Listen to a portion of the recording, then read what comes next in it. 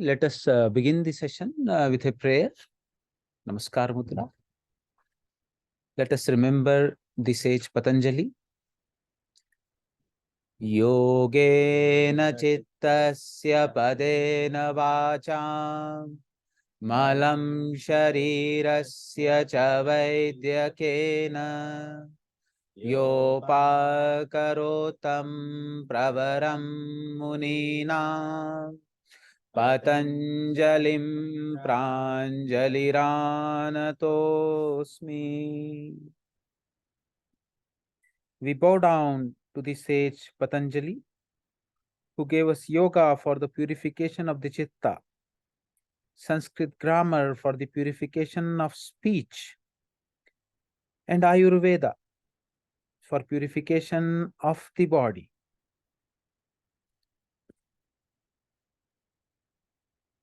So, dear friends, in the last session, we dwelled upon these three very, very important shlokas from Patanjali Yoga Sutras. I will just go through those three shlokas. Klesha Mulaha Karmashayo Drusht Adrusht Janma Vedaniyaha.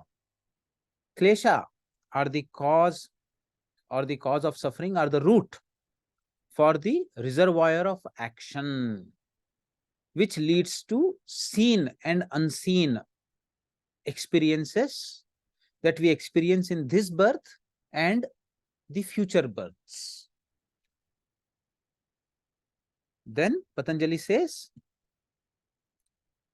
till this root remains, tad vipako, that fruition, that what you can say, that maturation of those karmas, its fruition will lead to birth and lifetime and the experiences. So the birth, time of birth, death, what kind of birth and what experiences you will have in those births will sustain till the root remains.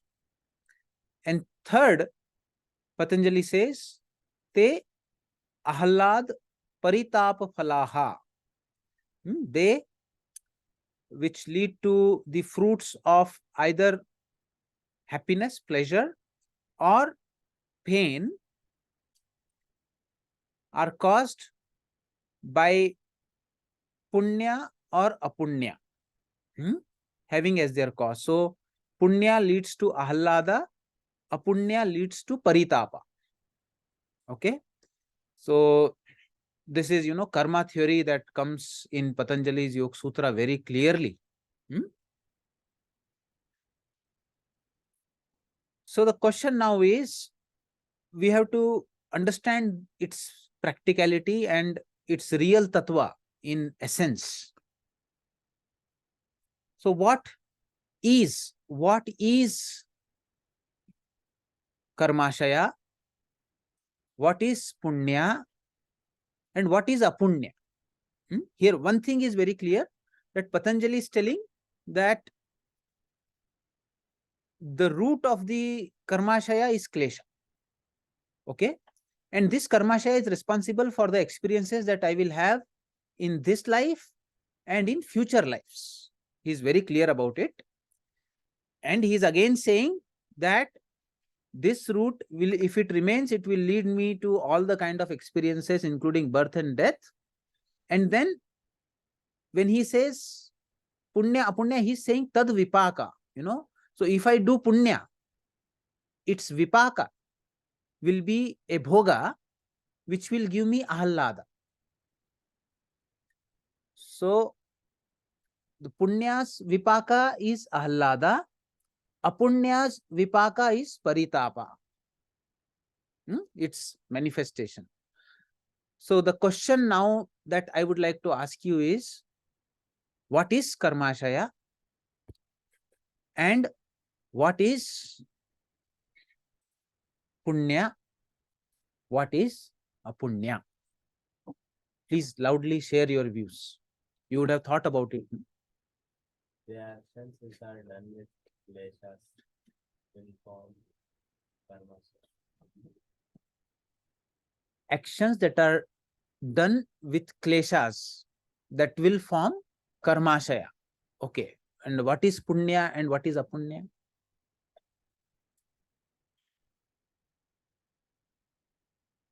Punya is like some virtuous acts, what are good things we do. Apunya is like karmic or bad deeds they do in that life. So this is, good and bad deeds. You have to little bit elaborate more. Okay, now first thing that he said is karma that are done with klesha is karmashaya. See, karma ashaya. Ashaya in Sanskrit, ashaya means what? Reservoir or home. आपका आशय, घर. So it is a place where karmas are stored. So what karma I am doing with klesha is a karma that I am currently doing. So how does that become a storehouse of karma?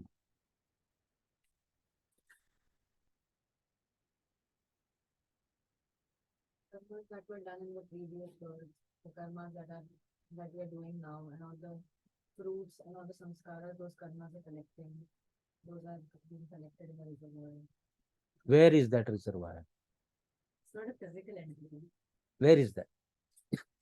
We can see it to our No, body. when you say karmas are collected, No, the fruits of those karmas are fruits of those karmas are collected. So, good or bad fruits, whatever they are. so karmashaya is a collection of the fruits of my karma. She says like that. Okay, Sophia. Karmashaya is holding the samskaras, the impressions that were created by the colored action by the kleshas. It's not holding the fruits of the actions, it's holding the impressions, which will later on call for a body or call for an experience to have those fruits. Oh, very deep. So Sophia says that the karmas which are colored with kleshas, when they are done, they create an impression on the chitta.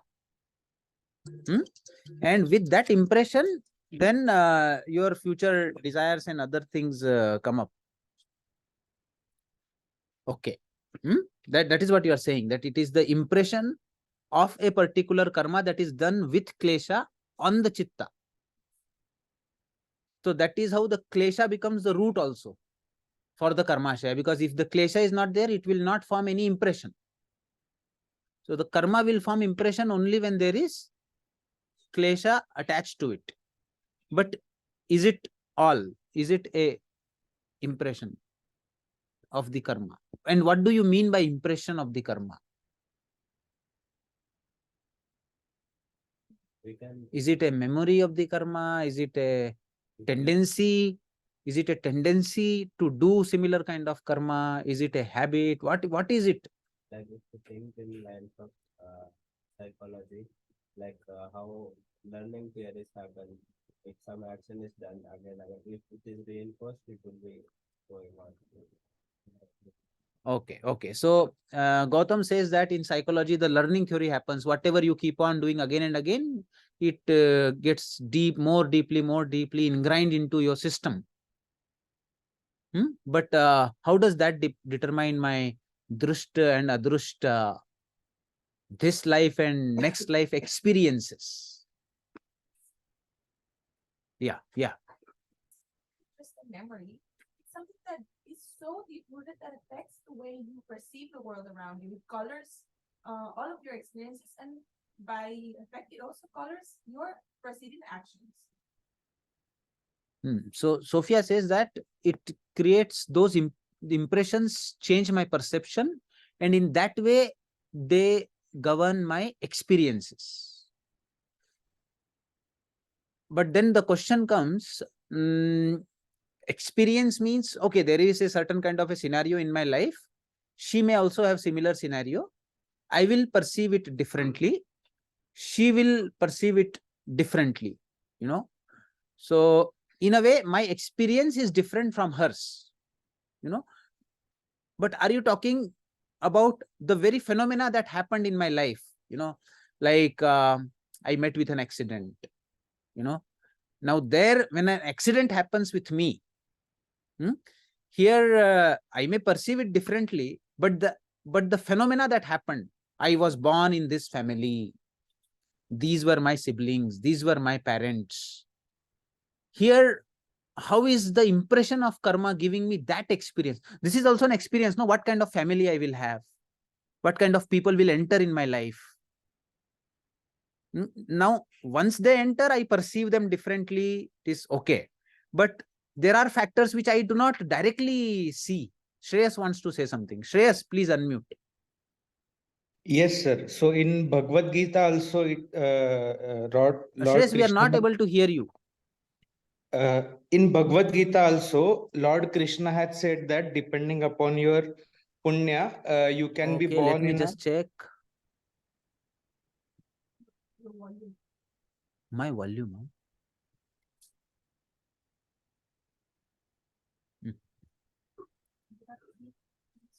Speaker, no speaker, increase volume, decrease volume, on your keyboard. Towards the right side up. Shreyas, I'm not able to hear you. Yes, sir. Now. Now clearly. Yes. Please Yes. share. Yes, sir. So in Bhagavad Gita also, Lord Krishna had, Shri Krishna had said that if you have punya in your previous life, you will be born in a learned Brahmin's home or a rich home, depending upon how much punya you have done in the previous life. So he has said, I think, in the ending of Bhagavad Gita, near the end of Bhagavad Gita. No, 6th chapter. ध्यान योग में बताया. When Arjuna asks him, what happens to a person who got into your path and sacrificed a lot, but ultimately he was not even able to reach you and did not even enjoy the world. So will he wither away like a cloud? No, then Krishna says, no, no, no. Na me bhaktya pranashyati. So this person is called as yoga bhrashta. He is again born in the next life into a Vipra family. And if his karmas are very, towards spirituality, then he will be born into the family of a yogis. And then he will do even more effort. Aneka janma samsiddhaha tato yati param gatim. Whatever sadhana he has done in the past janmas also will come. Everything will manifest and he will reach paragati in this very life. Even if he is not into that spiritual path, he will be born into good virtuous families and do good karmas. So this is 6th chapter. Dhyana Yoga mein bola gaya. Okay, this is there. So what is Karmashaya? Shreyas. Yes, sir.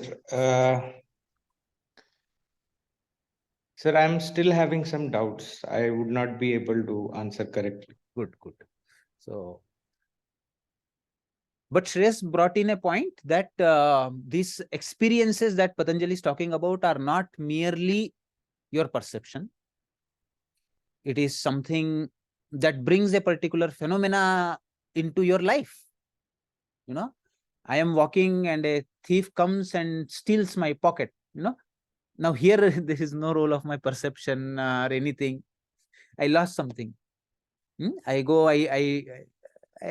forget something in the bus or something like that happens, or somebody else does an active karma on me.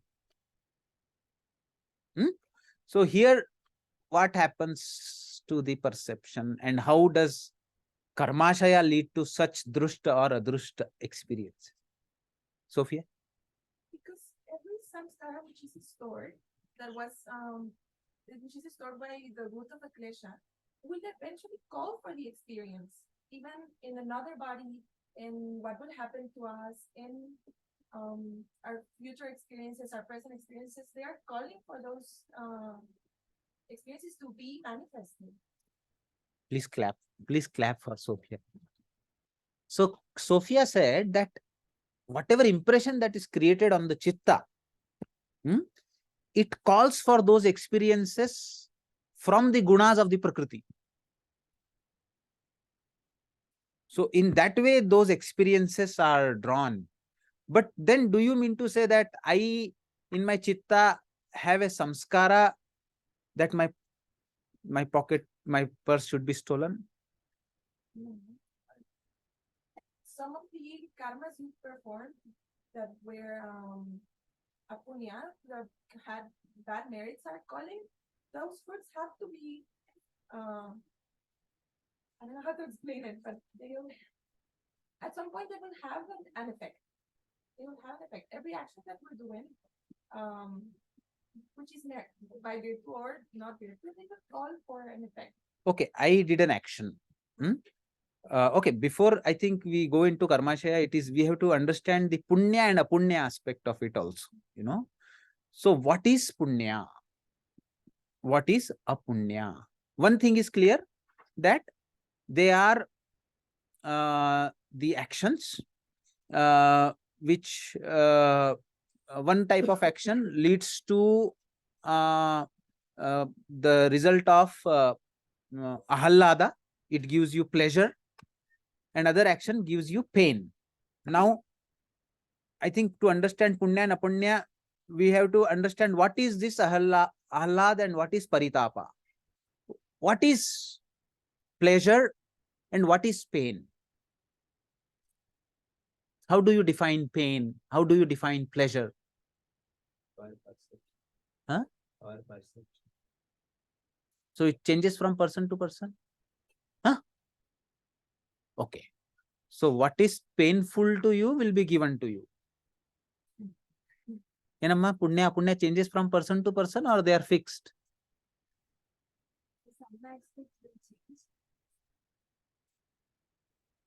Some aspect will change, some is common. Like you said about Swadharma is different for everyone. So dharma is different for everyone. Punya leads to pleasure. Apunya leads to pain. Anyone online? What is Punya? What is Apunya?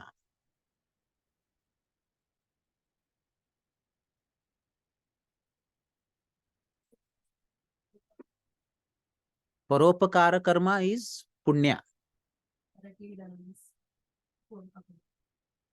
Parapidanam is Apunya.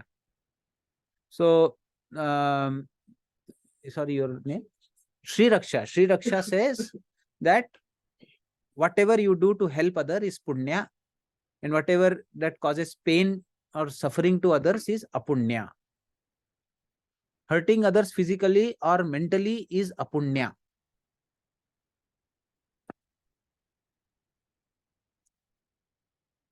And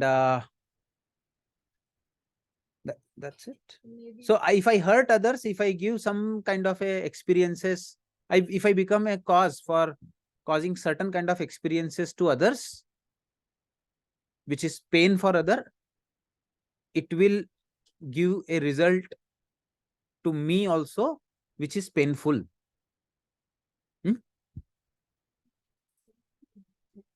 Huh? Self is also important.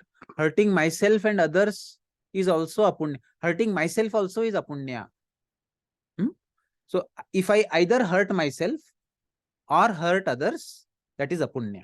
so I think it can be correlated with Yama Niyamas, maybe. Not only Ahimsa, everything else is also important. So she, Aditi brings another dimension. She says whatever that is in line with yamas is punya, whatever goes against the yamas is apunya. Okay, I kill a terrorist. Now he experienced pain due to me. I hurt him.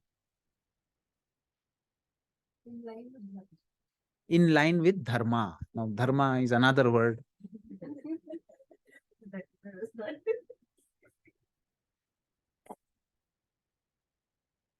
But when a surgeon does a surgery which is physically painful but good for the patient, it may not be considered apunya. Disrespect to elders is also apunya.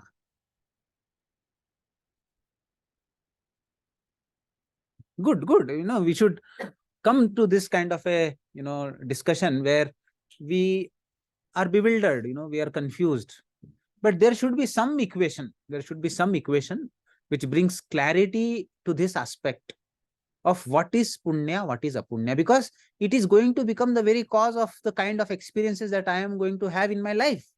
So I should better know what is punya, what is apunya. one thing is clear, it is a behavior. It is a behavior. Now, this behavior has an underlying motive and it has a direction. Yeah.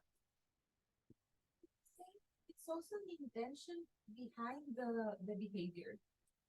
If, yes, as they said, if you're performing an operation, you may be physically cutting the body, but the intention is to heal, the intention is to help the person. So if the intention is to hurt, Because even if we're doing something which might be perceived as good, if we're doing it with the intention of recognition or fame for them, it wouldn't be a meritful action. so if the intention is to hurt, even in Mahabharata, Krishna was killing Duryodhana, he was doing everything, but in the evening he would come to them, whoever is dying, and talk to them. So he didn't have raga dvesha towards them, but he was killing them. So yasya na aham kruto bhavaha buddhir yasya na lipyate hatva pisa iman lokan na hanti na nibadhyate. The one who does not have this sense of I am the doer, yasya na aham kruto bhavaha buddhir yasya na lipyate, whose buddhi is not completely entangled into raga and dvesha and those actions, even if he kills the whole world, destroys, hatva pisa iman lokan, not only this, all the three lokas, na hanti, he has not destroyed, neither is he bound.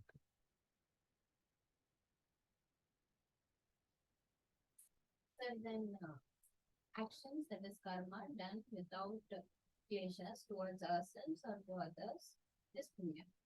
Okay, so we get more clarity here. So action that are done without kleshas are what? But then this, if I do an action with raga, now I like a girl, I get a big flower bouquet and give her. She's happy. I am also happy. My intention is not to hurt her, but I'm not free from klesha. I have a lot of raga. Huh? This is punya or apunya? Expectations. So this is apunya. No. With the raga and dvesha, So we giving do a flower bouquet to a person you love is papam, is apunya. It's not papam, but Apunya is papam only. papam. No, apunya means papa. Punya means punya. In an action without your need, there is no I-ness in that. So how it will become a punya? So that action is punya. Giving a flower bouquet to a. Without any expectations, it is punya. She's telling Hello? that if it is- Okay. If I expect that she should also give me flowers, then it is apunya. Okay. Dr. Ram here. Yes, Ram. That is the punya, but when it bind, it's give pain also. That is a punya one. That is what she is telling, that if you expect that she should also revert back, then it becomes apunya.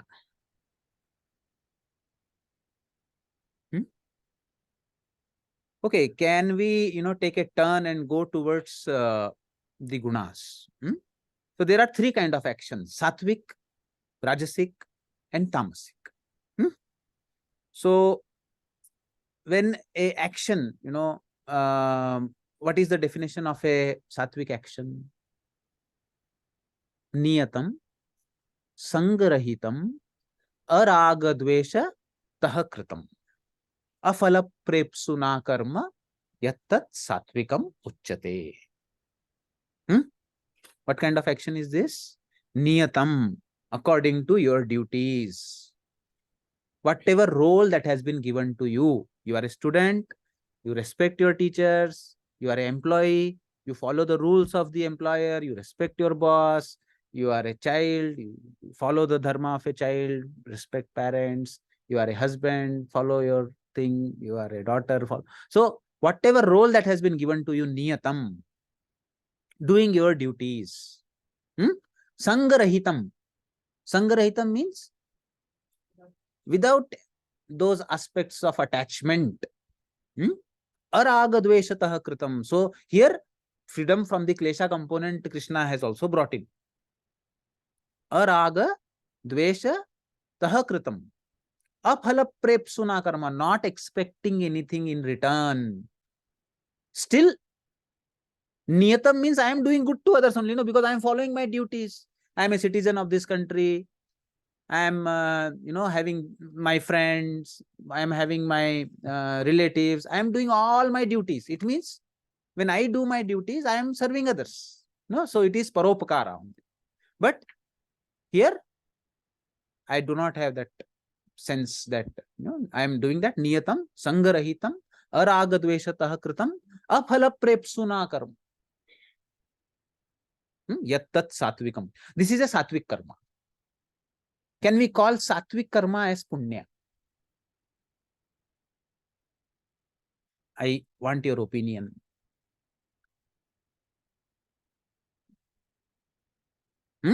So we all come to this conclusion that sattvic karma is punya karma. Fine. This punya karma will lead me to ahallada. It will bring now pleasure. Pleasure is manifestation in the gunas of the prakriti of my desires. Whatever I desire, whatever I want, in the way I want, if it manifests in the gunas of the prakriti, then that is ahallada for me. Ultimately, what gives me pleasure? If the gunas of the prakriti behave in the way that I like. I should be able to go to a place which I like. Whatever is my deepest desire, I should be able to be around the people that I like. Then those kind of experiences are ahallada for me. Then there is again dislike and like. There is dislike and like. Who said that sattvic karma, is it also generates its own karma phalas. Okay. So, okay, then paritapa, apunya.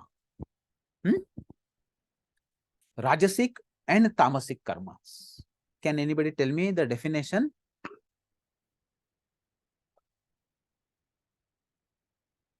Rajasic karma. Kriyate. Yes, Shreyas. Kriyate bahulayasam.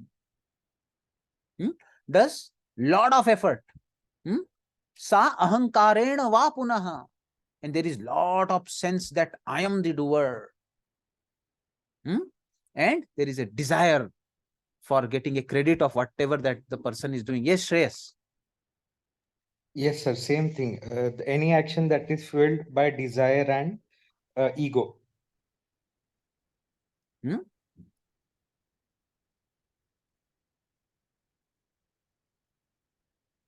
So, a rajasic karma. It is written that the phala of a rajasic karma is a dukkha. When you do rajasic karma, ultimately it leads to frustration. But here the karma is done with lot of stress. Kriyate bahulayas. With lot of stress you do the karma. Sa ahankarena va punaha. And there is a strong sense of doership that is involved. So that is a punya.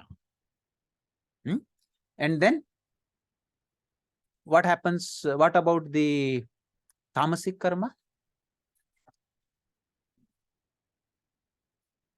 Tamasic karma? Yes, yes. Action driven by confused intentions or thoughts. So not only confused, there is, if you see the shloka, what does it say? Anubandham shayam himsam Anapeksha cha paurusham mohad arabhyate karma yattat tamasam uchyate. Anubandha. Anubandha means what? What kind of relationship we share and we have been sharing? Person doesn't care about it. How much this person has sacrificed for me from the time of my birth till now, how much my mother, my parents have sacrificed for me. He'll forget. When they become old, they'll put him into old age home and not bother about them. So Anubandha is forgotten.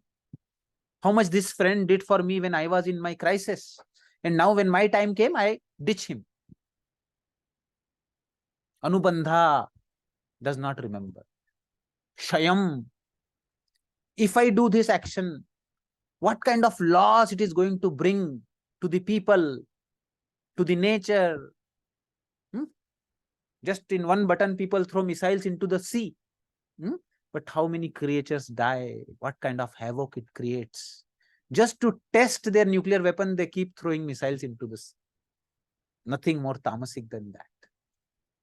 Kshayam, not able. Himsam. Not even seeing the perpetuating cycle of violence that it creates. Anubandham, Shayam, Himsam. If I hit, he hits, I hit, he hit. What is going on? Israel, Gaza? What is this? Years and hundreds of years, the battle continues. This is very gross, but in our day-to-day life also. We are not able to think of, even if, you justify and say that, okay, violence is the only way that is left. Lao Tzu says that always any kind of violence will have its repercussions. So, Anubandham, Kshayam, Himsam, Anapeksha cha Paurusham means such kind of a delusion that one is not even able to understand or recognize one's own ability. One gets deluded.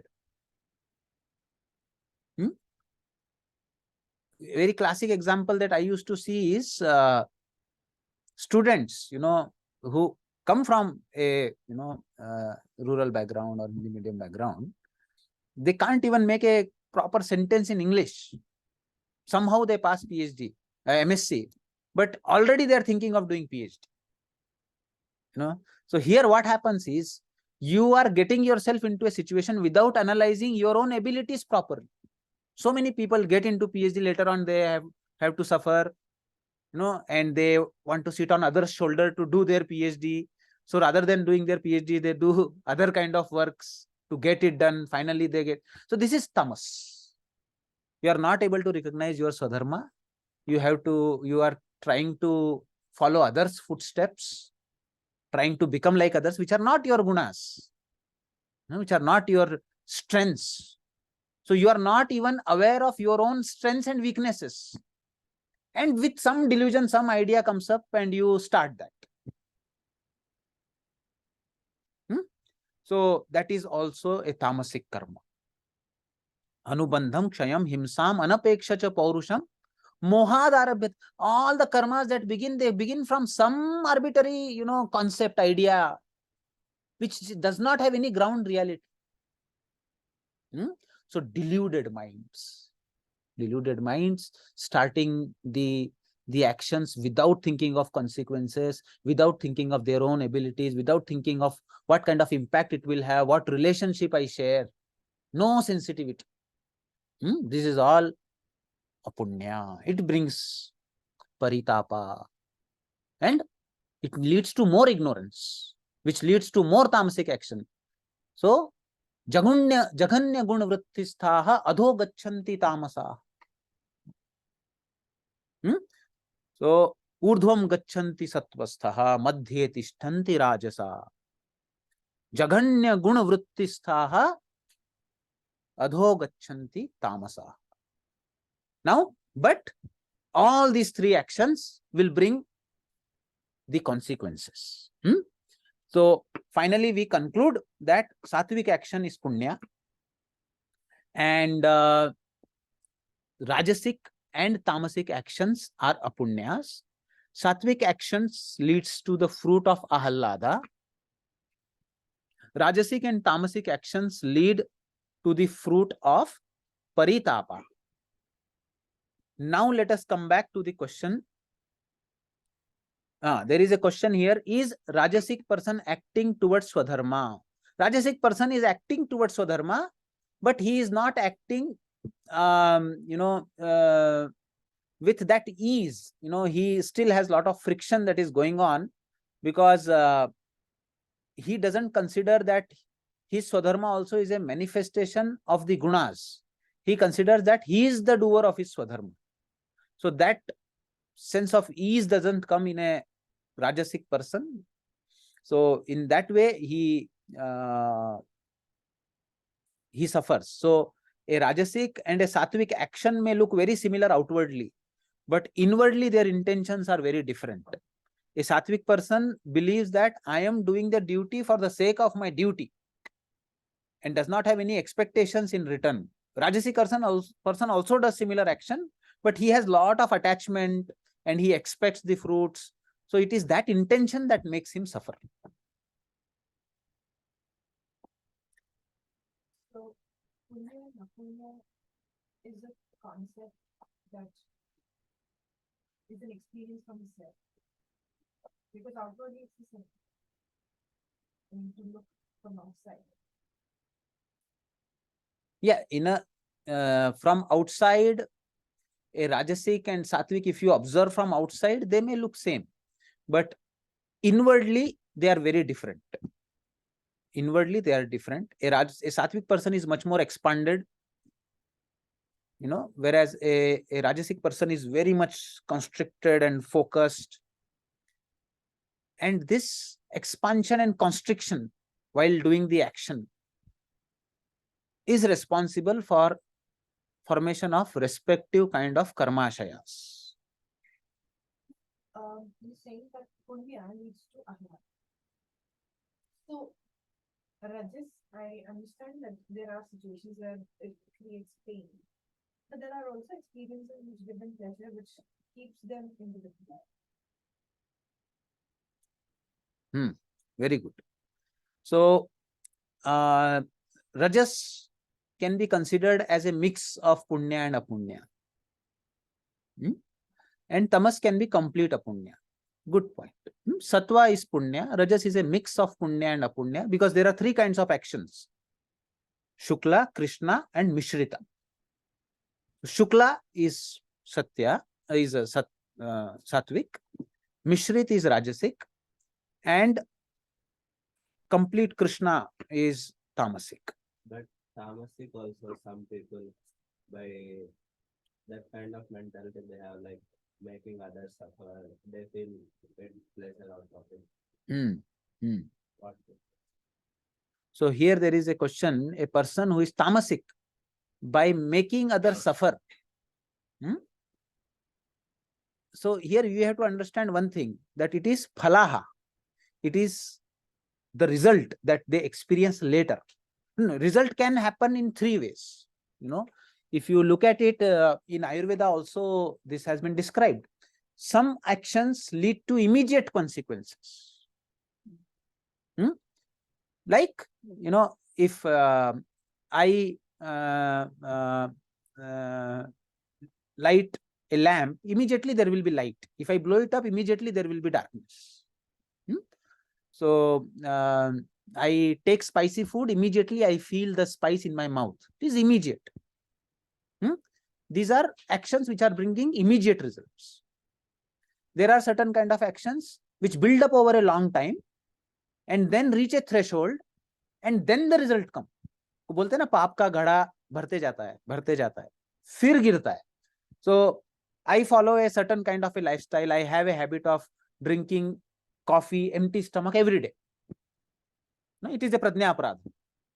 But I continue it months and months, years and years, and later on I develop stomach ulcer.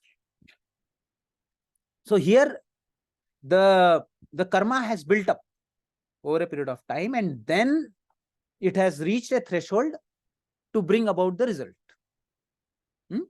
So in this way, we have to see that those karma, though immediately we think that in doing that they are observing ahallada, it is because of their past punya karmas that they are experiencing that ahallada now. But when the threshold will come for their papa, it will manifest. That is what we see with Ravana, this happened. With Kamsa, the same thing happened. They experienced Sone ki Lanka thi uski, na? So they had done those punya karmas. He was a great Shiv Bhakta also, Ravana. So he had that kingdom. He became a king of that kingdom. Even the devas were under his control. So it was because of his punya karma. Now this punya karma, the sattvic karma, go a long way. They can even get you to a level of a deva. If there is people like Karna who are Danvir Karna, even Indra have to come to them. But they are sattvic. You can even reach different lokas. You can even be the sun, be Surya Loka, Brahaspati Loka, or various heavenly bodies, or the Yama. All these are devas who are governing different kind of higher order functioning because they did lot of sattvic actions. That is punya. Punya is expansion, and the result of that also is further expansion. That is why it is urdhvam gachanti. But expansion leads to more expansion, leads to more expansion. This is a flow of sattva. Constriction leading to more constriction, leading to more constriction, going into patala loka. Patala are like earthworm, cockroaches, all down, so much constricted that the vasanas that they get their manifestations fulfilled with more and more constriction. People when they get into a tamasic mode, they can't tolerate light. Wherever they come, they first close the window, put the lights off. Very dim light mein they enjoy. Sattvic people want the window open, they want open sky, they want to see the ocean, they want to see the sky. They always want open. Tamasic people always want to close, everything close. Rajasic people will keep one window open, one window closed. So, in a way, what I am telling you is you have to understand it in the sense of expansion of the consciousness and constriction of the consciousness. So, punya karma is a karma done with expanded consciousness. The result is more expansion, which gives ahallada, because when you expand more, you get the nature of the self. Where is that ahallada coming from? From Sat Chit Ananda only that Ananda comes. So whenever an individual gets that kind of a ahallada, it is a kind of a feel that I am expanded. I am not limited. Even if it comes by dominance on others, it is a feel that I am expanded. But it is that situation is coming because he has done a punya karma. Some karmas manifest immediately. Some build up over a period of time and then reach a threshold and then give you a quantum jump.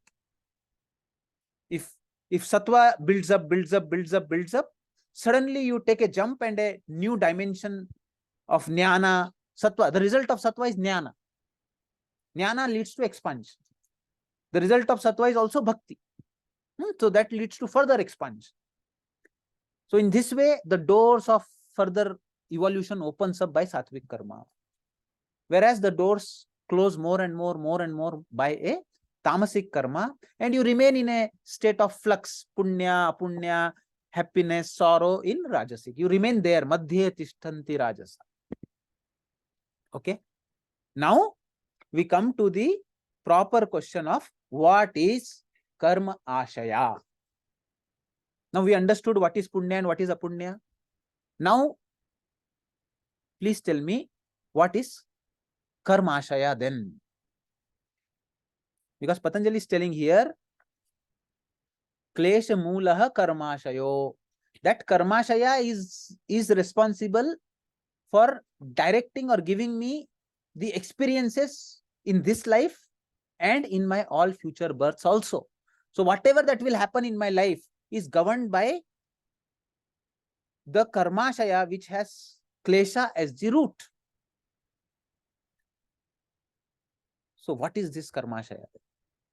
any of these karmas, either sattvic, rajasic or tamasic, done with klesha? They are done with? With klesha. Even sattva with Even rasa. sattva has a fundamental klesha. The okay, sattvic karma you understood. Niyatam, sangarahitam, araga dvesha kritam, aphala prepsuna karma. That is also filled with klesha.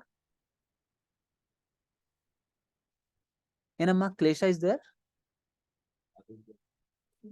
Clap, clap, clap for God. So even if asmita is not there, avidya still. It is subtle avidya. So in a very subtle essence, the observer and observed still remain merged. Anatmasu atma khyati. What I am not, there is subtle pride in whatever one does, even if it is very sattvic. That is where it also remains colored with klesha. That prakasha that is generated out of sattvic karma, one gets attached to that also. Sattvic prakash se attach ho jata. So Patanjali, how does Patanjali describe these three gunas? Super. So this is very, very important if you want to understand what is Karmashaya. Prakash kriya sthiti sheelam bhut indriya atmakam bhog apvargartham drishyam. This is the shloka that explains the mechanism how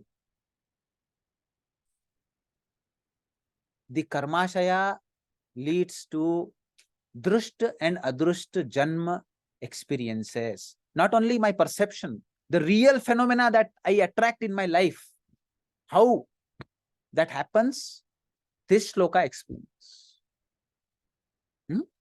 So dear friends, Karmashaya are the pockets of impressions, you can say, or energy, you can say. When that pocket breaks or opens, manifests, it manifests in the form of prakasha or kriya or sthiti. These are in the human psyche, in the chitta. The seed of these impressions that are there, karmashaya that are there, is in klesha. But in their essence, in their substance, they are the energy. The energy is a word I can say for prakriti, very subtle matter, very, very subtle, sukshma matter. That is of the substance of prakasha, or a strong tendency to do something, kriya, or sthiti means not to do something, inertness. Or we can say that it is a kind of a insensitivity also. So whenever I do any action, when it is colored with klesha, then what happens is that action creates a tendency within my chitta along with some energy.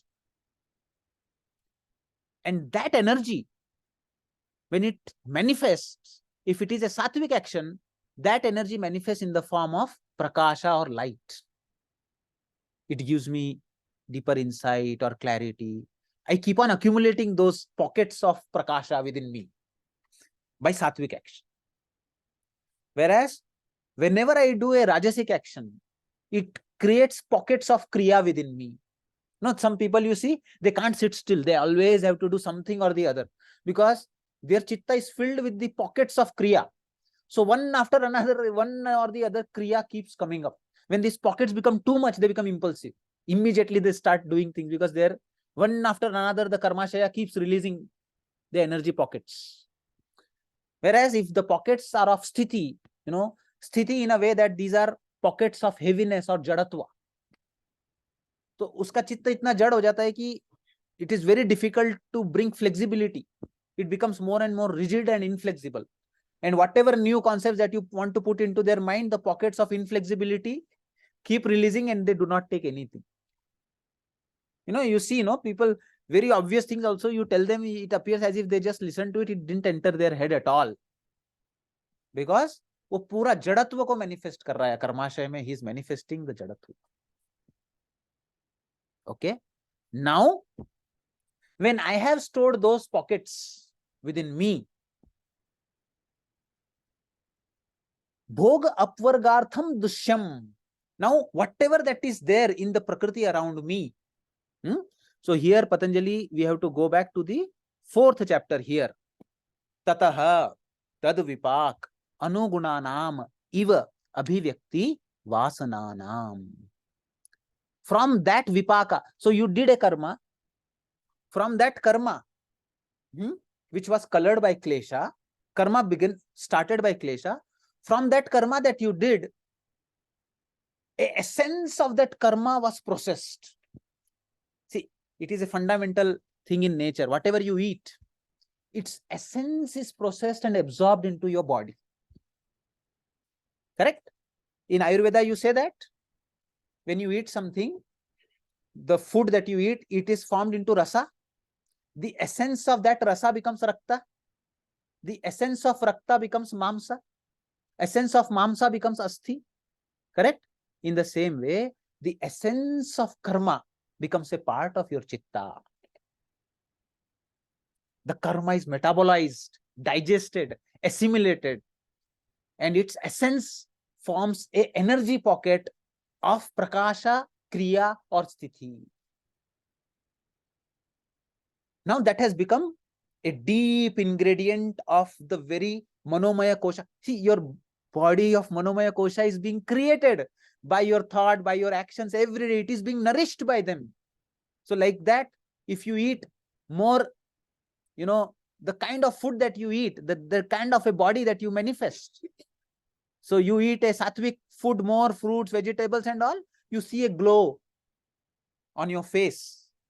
Similarly, if you do sattvic actions, your manomaya kosha will show a glow. It will appear more expanded, more free. So all your blood vessels, everything will metabolize freely. Your bowels would be clear. All openings would be clear. Like that, your manovaha shrotas will flow freely, openly, clearly by prakasha. Whereas, if you eat more spicy food, you get that agitation, that burning in your body also you can feel. So you do rajasic action is a spicy action. So you have a lot of spice in your life. So it will not allow your mind to come to a stability. It will always be in a state of kriya. Your chitta will always be filled with energy pockets of kriya, and more action, more and more. That loop will continue. Whereas the action that is manifesting the jadatvam will create more and more jadatvam, and it will, you eat, a very heavy food. You eat lot of non-vegetarian food. Even when you are not hungry, you eat, and then feel the food is still there. You are not able to move. You feel mentally dull, sleepy, and ruthless in your actions. In the same way, when the mind eats a tamasic action, after that, mind becomes heavy. It just loses the capability of absorbing any subtle knowledge. No matter how many times you read, it won't go. But if a sattvic mind reads one time, newer insight. So the action that you do is the food that you feed to your chitta. Then your chitta takes it, assimilates it, metabolizes it, takes its essence and makes it a part of its own body. It forms the manomaya kosh. Now, according to that manomaya kosh, your pranamaya kosh will flow. According to that pranamaya kosh, your annamaya kosh will flow. And that is how it will decide your future actions. So like in my body, when I am running, I know I am burning calories. When I am running, I am burning calories. So the calorie can come from the fat that is there under my muscles, fat that is there around my belly, fat that is there on my buttocks. Fat can come from everywhere because I am running. Fat starts burning from everywhere. In the same way, as I initiate a particular thought process in my chitta, whatever that gives energy to that particular thinking process starts releasing its energy pockets. So I am sitting here and I get erotic kind of a thought. All the pockets that are there that generate that kind of energy or raga, one after another, it will sustain itself. Patanjali is very clear about. Patanjali says that when these energy pockets of similar kind they release, it doesn't even be blocked by the desha, kala, or their body also. Like the energy pockets of not only this life, from past life, from all previous lives come together when a particular action is initiated or a particular thinking process is initiated. This is like a matrix. Whereas when I am into a tamasic mode, once you open the door into a state of tamas, in the beginning you may be aware of it, but once you let the floods open, then it is the tamas of not only this life, all the lives tamas will come up. So you see, people who get into that mode of tamas, heinous kind of acts.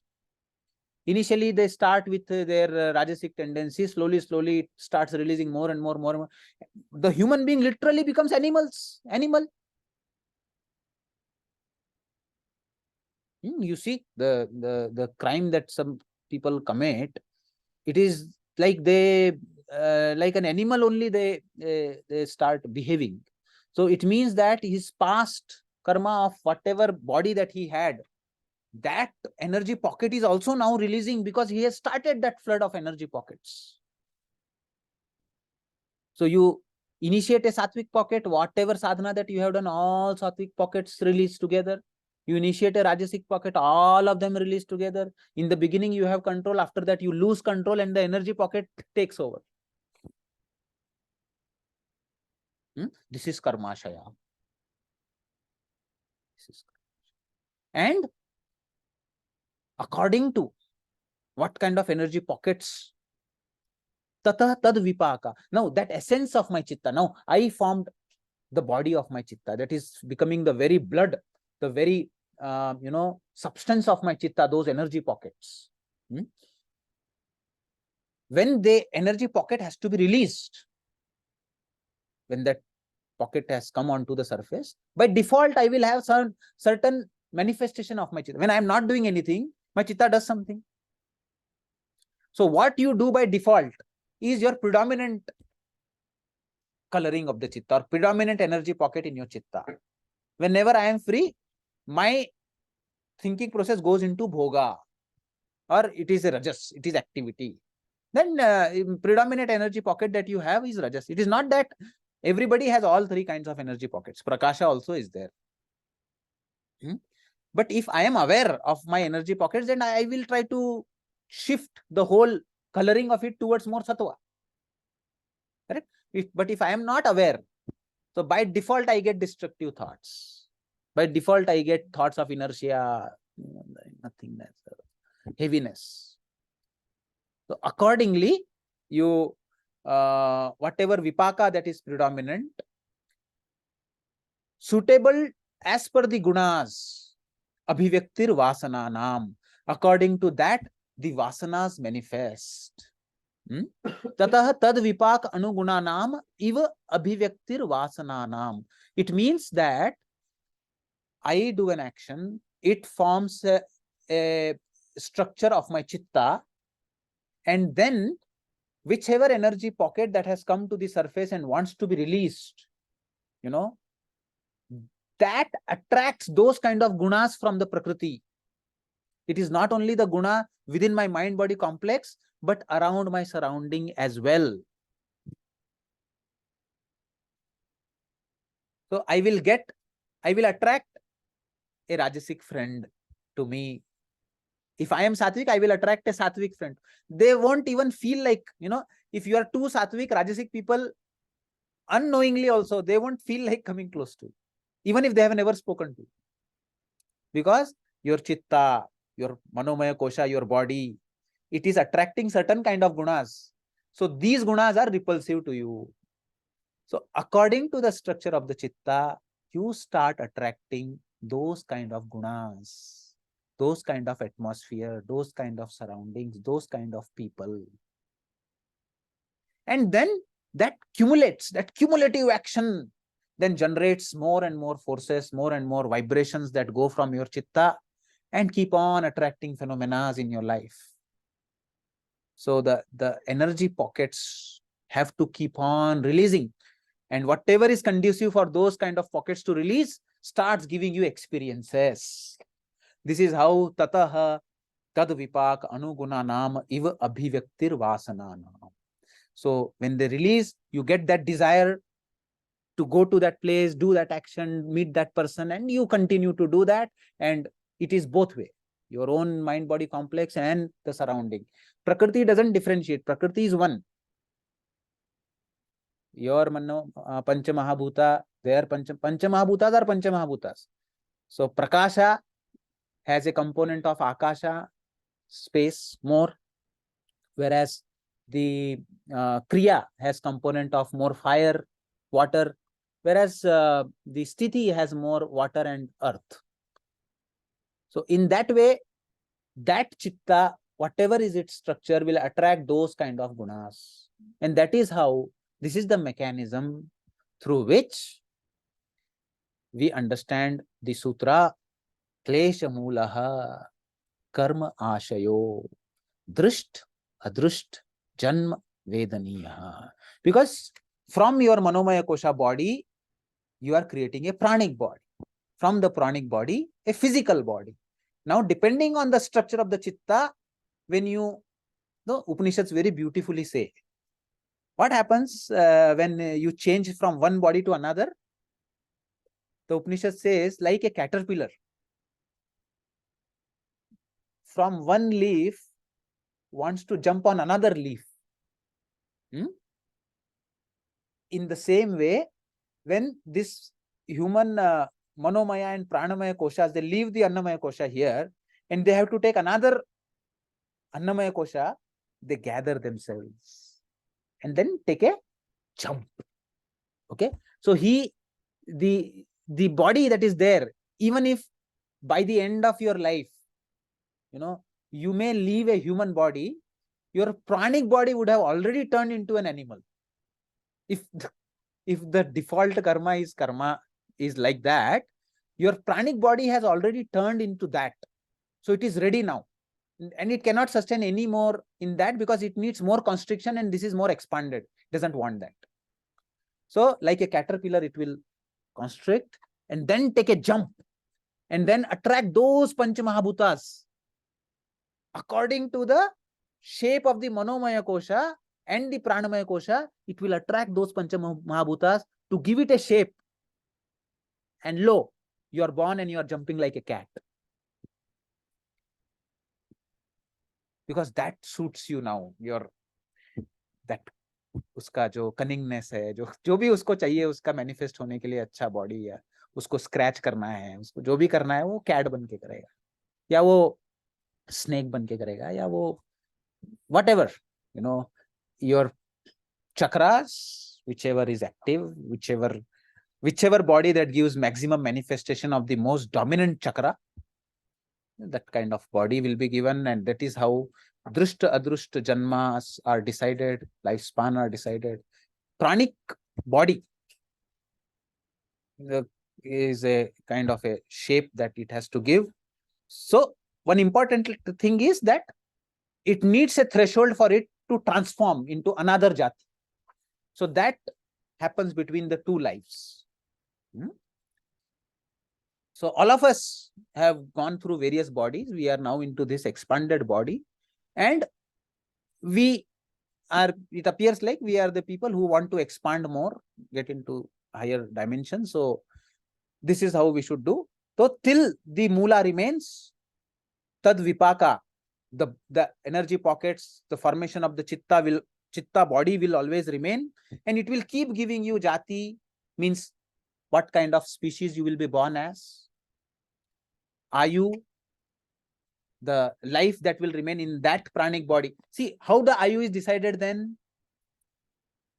If due to a certain kind of a karma, my pranic body reaches a threshold where it cannot now anymore sustain in this body because it has transformed already. So now you have to leave it and get into another. So that is how the ayu is decided. And within that ayu, what kind of vasanas want to be released, that kind of gunas will be attracted.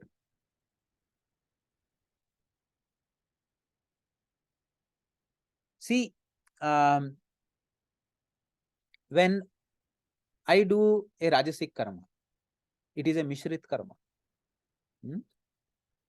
Then what happens is, one part of my karma makes me hurt others because I am in a rajasic zone. Other part of my karma makes me hurt myself. So in my chitta now, there are energy pockets of hurting myself. Those experiences. For a sattvic, it is very clear. He is always towards others only, helping others only. So that kind of experiences will manifest more and more jnana. But in rajas, whatever, we think that, okay, how am I attracting my own accident? How am I attracting my own misery? So a part of that energy pocket of rajas is directed inwards. Whereas in tamas, when there is complete tamas, there is no doubt. Here, my complete desire is very simple. I want to hurt others. So there what happens is, it is the situation that I get in my life are not towards hurting me. It is towards getting more and more conducive atmosphere for my shrinkage. So I have to shrink more. So everything that will govern will give me more and more darkness. That is what I want also. So you will get into a state of more and more deeper darkness, more and more constriction. And when people see, it appears as if what kind of hell he is going through. But that is what, when there are pishachas, they want filth around them. They want to play with filth. They want to, their enjoyment is in darkness. If you put a light on, cockroaches rushes into a dark hole. So our perception of things and their perception of things, that becomes different. So in that way, those experiences are drawn. And this is what we wanted to discuss today, because this forms the very fundamental basis of why yoga, where are we going, what is the klesha journey about. Okay, so this is what I wanted to discuss today. Anybody, online or now, have any questions? Because this is the most important part of our discussion. Yeah.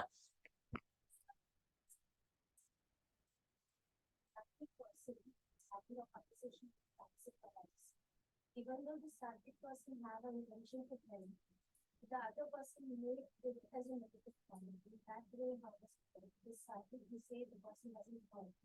Even though the person is not hurting, the opposite person may think that he's hurting. Beautiful, very beautiful. Rashmi asked a very beautiful question. A person is sattvic. He is surrounded by people who are tamasic and rajasic. Sattvic person wants to help them.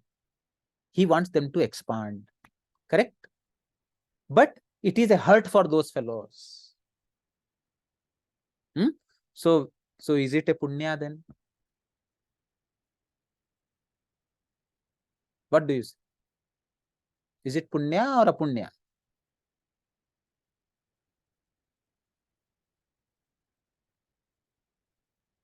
Punya only. Because his intention is to help. Because his intention is to help. He will expand.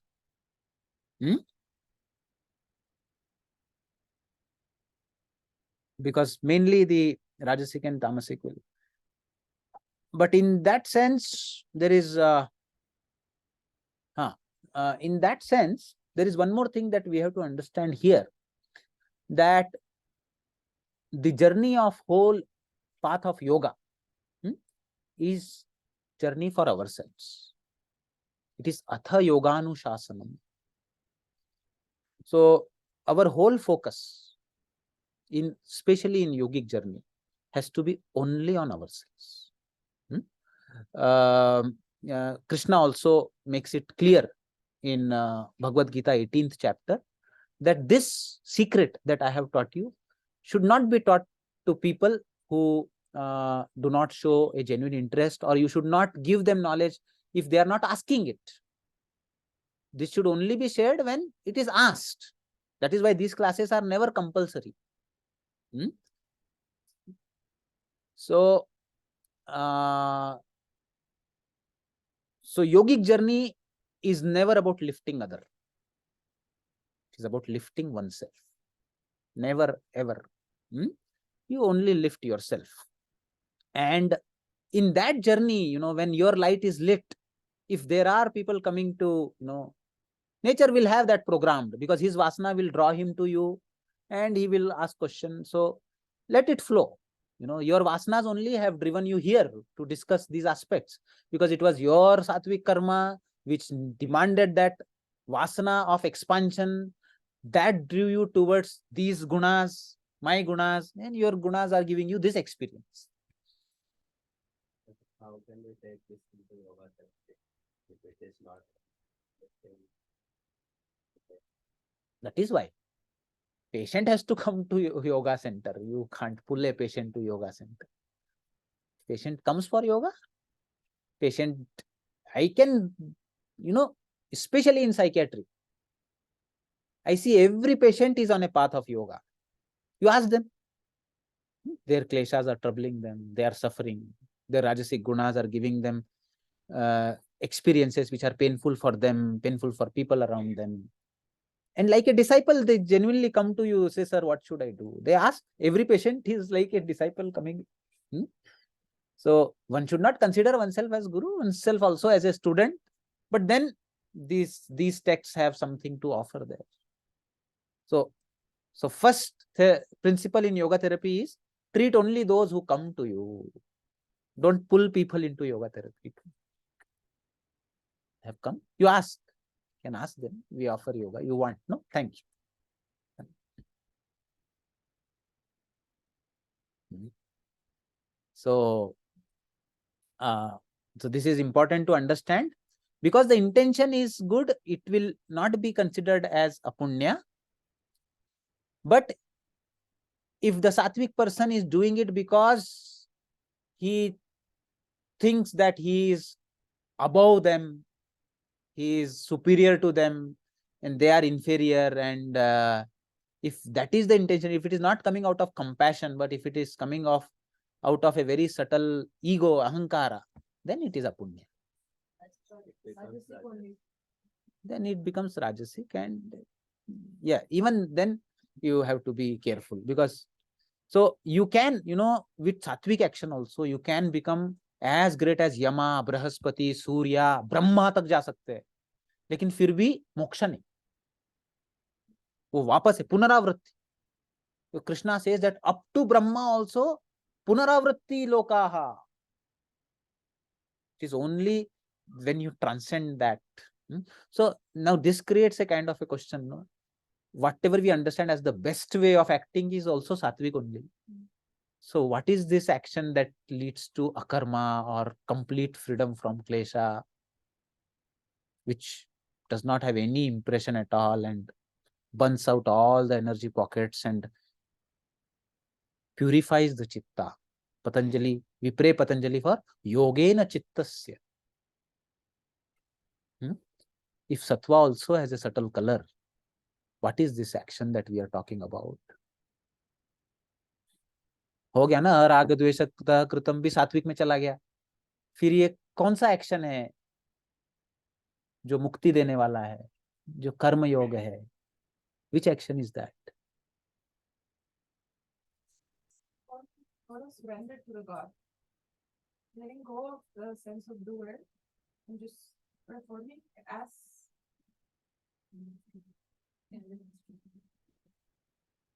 Easier said than done, because very subtle avidya remains. In my experience, at the most you can perform pure sattvic action. Beyond that, I don't know. Probably with the grace of God only this happens. You have to keep praying. But I have not come across in myself any action which is beyond pure sattva. Even this action, I take class for you. I know avidya is there.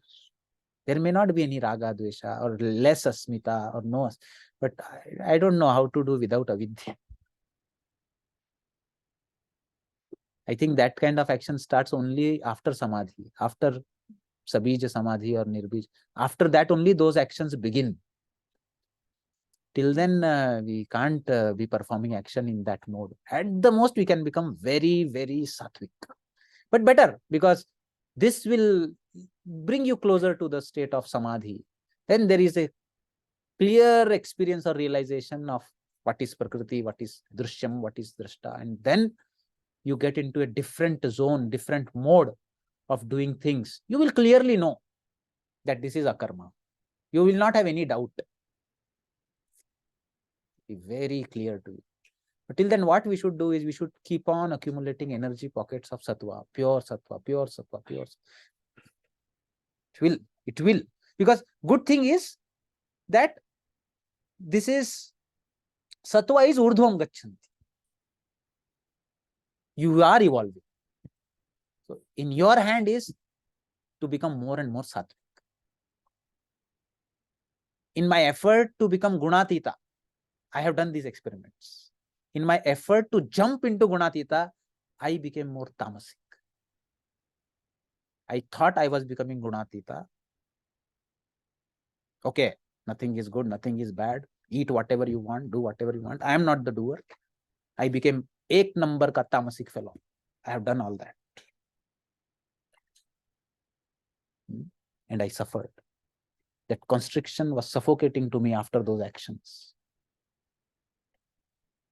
Don't do that. It is not possible.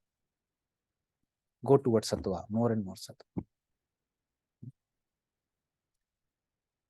Okay. So, sir, if a person realizes that he or she did apunya and regrets doing it and corrects it, if possible, will it help? And there are some irreversible apunya, but one regrets. Is there any way which will help? Anybody? Online or offline?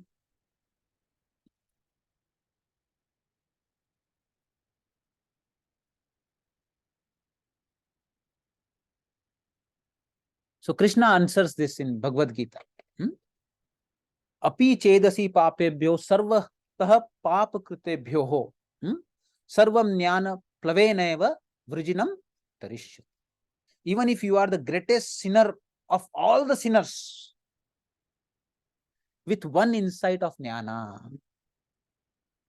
what it needs, if it is just an awareness. We all know, no? We get into that kind of a tamasic mode. Auto wala aata hai, he charges us 10 rupees more. We say, nahi, you are cheating. Initially you told 100 rupees, now you are saying 110 rupees. He gets into rajasic mode. We get into a mode, no, मैं ये अन्याय नहीं होने दूंगी. And we are almost, getting into, and suddenly some, mature fellow come, अरे क्या 10 रुपए के लिए? Suddenly we get an insight, अरे क्या मैं कर रही हूँ? ठीक है यार, जाओ. So I change my gunas instantaneously. So I saw one auto fellow, he got some Bangladeshi people here. They came to SBI. I was standing there.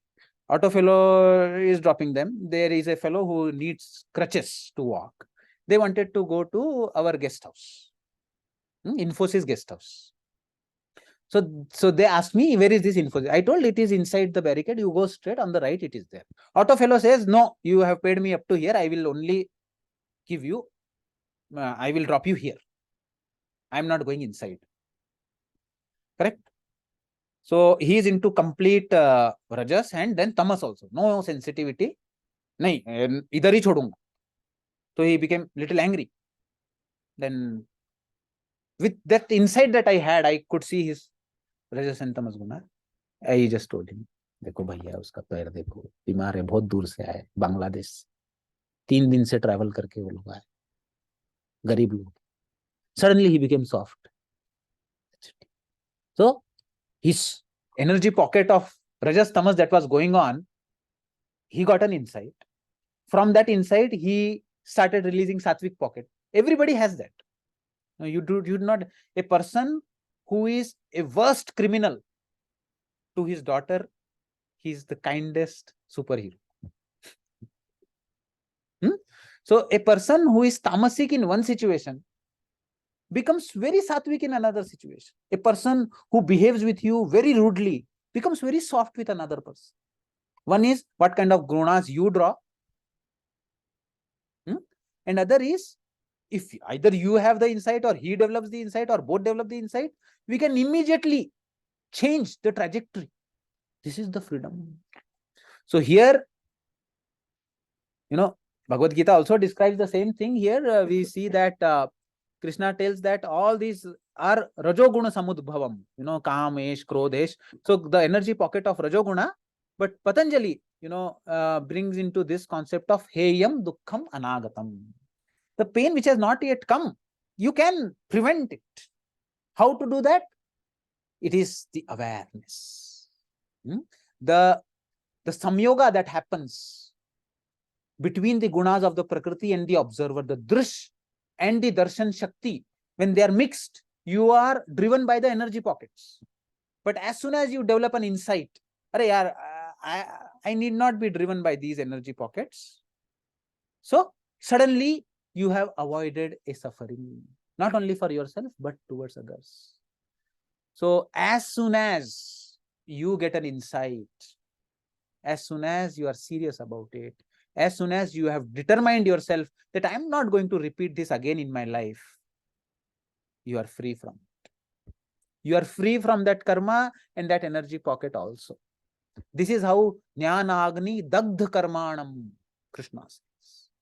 Jnana Agni can burn all the karmas. How? Because you have an insight. Okay, so these are the gunas which are driving me. Immediately you can turn or transform a tamasic energy pocket into rajasic, a rajasic energy. So please understand, these energy pockets are not non-transformable. Energy can be created, cannot be created, cannot be destroyed, but it can be transformed from one form into another.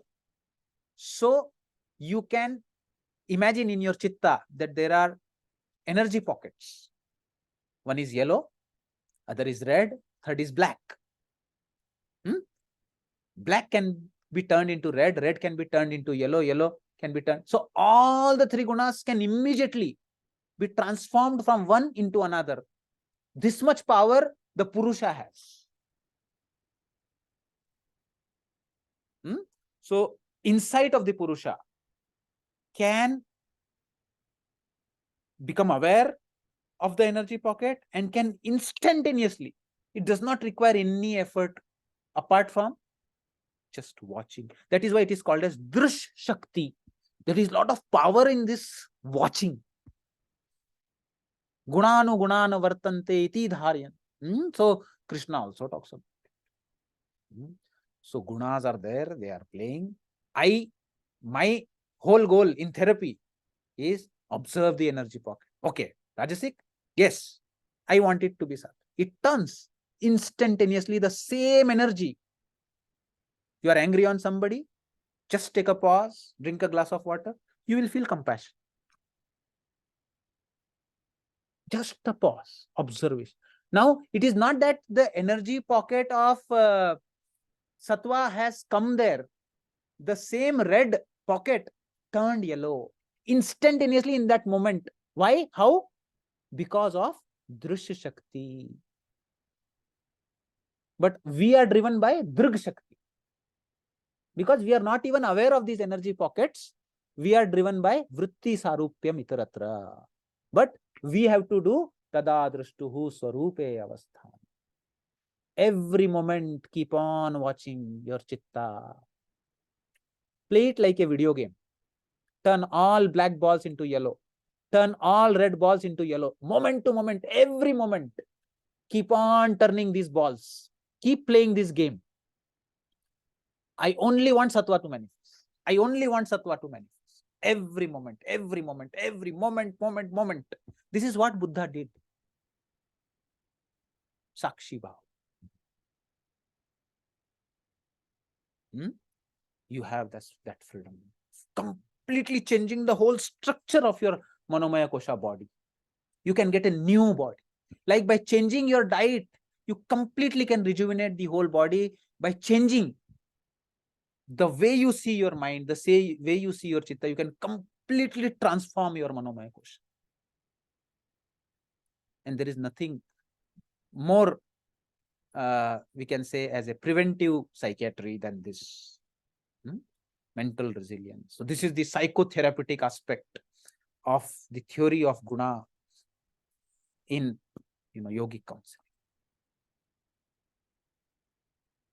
So definitely, immediately, as soon as you are aware of it and you are determined, but Krishna also says that you should be determined that I'm not going to do it again. If that is there, if the understanding is genuine, then you are free from that karma instantaneously. It will not give you any apunya. So I hope it answers Ramaji.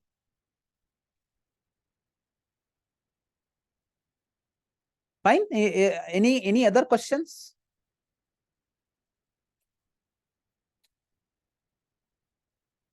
I just wanted to add, like, Yes. how you told like sattva and rajas tamas will attract the things around also. If we see in Ramayana, Ravana, Vibhishana and Kumbhakarna, they are examples of sattva, rajas, tamas. Vibhishana, they tell is sattva, so He attracted Rama. He goes to Rama. Then Kumbhakarna is tamasic, Ravana is rajasic. Beautiful. So we can see that. So if you want the experiences in your life to change, people tell, no, why is it I am always having bad luck, always suffering? Whatever I do doesn't manifest. If you want the experiences in your life to change, you have to change your Manomaya Kosha body. Then you will be in a different world altogether. That will happen by moment to moment awareness of your gunas and instantaneously changing them towards sattva. As pure sattva as possible. That is the most that we can do and we should.